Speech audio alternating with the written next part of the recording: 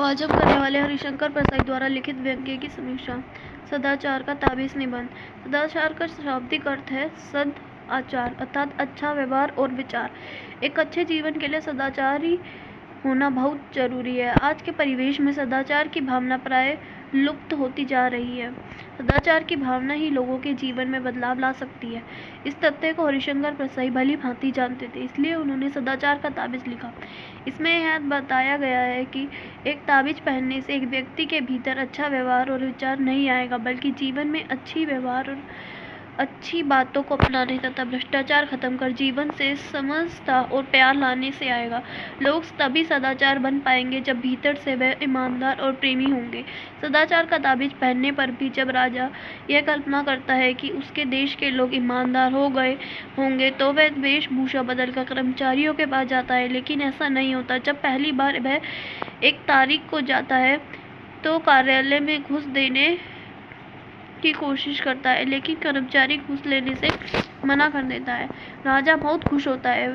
वह तुरंत उस व्यक्ति के आधार पर निर्णय ले लेता है कि उन्होंने जो ताबीज पहना है वह असर कर रहा है। किंतु राजा जब दूसरी बार महीने के अंतिम दिनों में आता है तो वह कर्मचारी उनसे घूस ले लेता है। राजा को बात समझ नहीं आती। वह समझता है कि जरूर कर्मचारी आज हाथ की बाहों पर ताबीज बांधना भूल गया है। राजा उस कर्मचारी से पूछता है कि लगता है तुम आज हाथ पर ताबीज बांधकर नहीं आए। इस पर वह कर्मचारी अपना हाथ आगे बढ़ाते हुए राजा को दिखाता है कि बांधा है महाराज। महाराज चौंक जाता है। लगता है कि इस ताबीज का असर खत्म हो गया है। कर्मचारी राजा से पुनः बोलता है, महाराज जब आप पहले आए थे तो वह महीने का शुरुआती दिन था, किंतु जब आज आप आए हैं तो महीने का आखिरी है, अर्थात घर के पैसे खत्म हो गए हैं। घर के लोगों को आवश्यक सामान खरीदने व जीवन यापन के लिए मुझे घूस लेना पड़ेगा। यहाँ व्यंग्यकार ने दिखाया है कि कहीं न कहीं इसके लिए शासन व्यवस्था भी जिम्मेदार है। शासन यदि व्यक्तियों का वेतन ठीक समय पर दे तथा इतना दे ताकि इनकी ज़रूरतें पूरी हो जाए।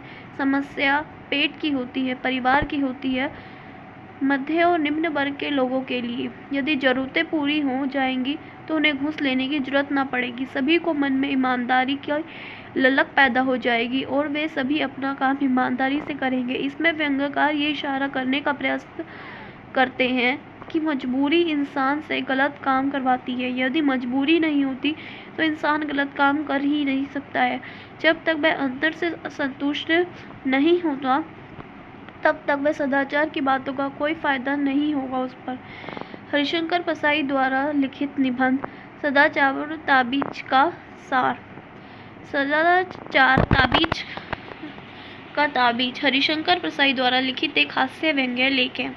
हरिशंकर प्रसाद सामाजिक विसंगतियों को बहुत गहराई से देखते हैं, तीखे व्यंग्य करते हैं। यह निबंध इसी विशेषता का प्रतीक है। इस निबंध के केंद्र में समाज में फैला भ्रष्टाचार है और इस समस्या का कोई समाधान दिखाई नहीं देता। राज्य में फैल रहे भ्रष्टाचार को लेकर राजा भी दुखी है। राजा ने एक दिन दरबारियों को बुलाकर कहा कि प्रजा बहुत शोर मचा रही है कि सब जगह भ्रष्टाचार फैला हुआ है। मुझे तो आज तक दिखाई नहीं दिया, तुम्हें दिख रहा हो तो बताए। प्रजा ने भी ना में उत्तर देते हुए कहा, जब राजा को नहीं दिखा तो हमें कैसे दिख सकता है। राजा अपने मंत्रियों से बातचीत करते हैं कि समस्या का क्या समाधान है। एक दरबारी ने समाधान किया कि अपने राज्य में एक जाति रहती है जिसे विशेषज्ञ कहते हैं। इस जाति के पास ऐसा हुनर है जो बारीक से बारीक चीज भी देख लेते हैं। अतः मेरा निवेदन है कि इन विशेषज्ञों को ही भ्रष्टाचार ढूंढने का काम सौंपे। राजा ने दरबारी के कहने पर विशेषज्ञ जाति के 5 आदमी बुलाए और कहा, सुना है हमारे राज्य में भ्रष्टाचार कहाँ है, पर वह कहाँ है यह पता नहीं चलता। तुम लोग उसका पता लगा सकते हो? अगर मिल जाए तो पकड़कर हमारे पास ले आना, अगर बहुत हो तो नमूने के लिए थोड़ा सा ले आना। विशेषज्ञों ने उसी दिन से छानबीन शुरू कर दी। 2 महीने बाद वे फिर से दरबार में हाजिर हुए। राजा ने पूछा, विशेषज्ञों तुम्हारी जांच पूरी हो गई? विशेषज्ञों ने उत्तर दिया, हाँ हजूर पूरी हो गई। यह भ्रष्टाचार है, सर्वत्र व्यापक है, उसे देखा नहीं जा सकता, केवल अनुभव किया जा सकता है। इसे सभी लोग डर गए। सभी को लगा इससे तो संकट हमारे ऊपर ही आएगा। राजा भी चिंतित हो उठा। यह तो बड़ी चिंता की बात है। हम भ्रष्टाचार बिल्कुल मिटाना चाहते हैं, कोई उपाय बताओ। विशेषज्ञों ने कहा, हाँ महाराज, भ्रष्टाचार मिटाने के लिए व्यवस्था में परिवर्तन करने होंगे। एक तो भ्रष्टाचार के मौके मिटाने होंगे। बहुत से कारण हैं जिनके कारण आदमी घूस लेता है, सबको मिटाना होगा। राजा ने विशेषज्ञों से योजना रखने को कहा। उसके बाद राजा ने योजना को दरबारियों के बीच रख दिया। इस पर दरबारियों ने कहा, महाराज यह योजना क्या है? एक मुसीबत है। उसके लिए अनुसार कितने उलट फेर करने पड़ेंगे, कितनी परेशानी होगी, सारी व्यवस्था उलट पलट हो जाएगी। जो चला आ रहा है उसे बदलने के लिए नई नई कठिनाइयाँ पैदा हो सकती हैं। हमें तो कोई ऐसी तरकीब चाहिए जिससे बिना कुछ उलट फेर के भ्रष्टाचार मिट जाए। राजा भी इस भ्रष्टाचार जैसी समस्या से छुटकारा पाना चाहता था। राजा ने दरबारियों से भी कोई उपाय बताने को कहा। एक दिन दरबारियों ने राजा के सामने एक साधु को पेश किया और कहा, महाराज, एक कंधरा में तपस्या करते हुए इन महान साधक को हम ले आए हैं। इन्होंने सदाचार का ताबीज बनाया है। वह मंत्रों से सिद्ध है और उसके बांधने से आदमी एकदम सदाचारी हो जाता है। साधु ने महाराज को बताया है कि मैंने एक ताबीज बना है। आपकी प्रजा में जो भी इस ताबीज को अपनी भुजा पर बांधेगा वही सदाचारी बन जाएगा। मैं इसका सफल प्रयोग कुत्ते पर कर चुका हूँ। इस ताबीज को बांधने के पश्चात कुत्ता भी रोटी की चोरी नहीं करता। ताबीज में यह शक्ति है कि जिसको भी यह ताबीज बंधा होगा वह इसके प्रतिकूल काम नहीं कर सकता। ताबीज की शक्ति आत्मा का गला घोंट देती है। राजा खुश हो गया कि भ्रष्टाचार से मुक्ति मिल सकती है, मगर समस्या यह थी कि ताबीज लाखों नहीं करोड़ों चाहिए। मंत्री ने राजा से साधुओं को ताबीज बनाने का ठेका दिलवा दिया।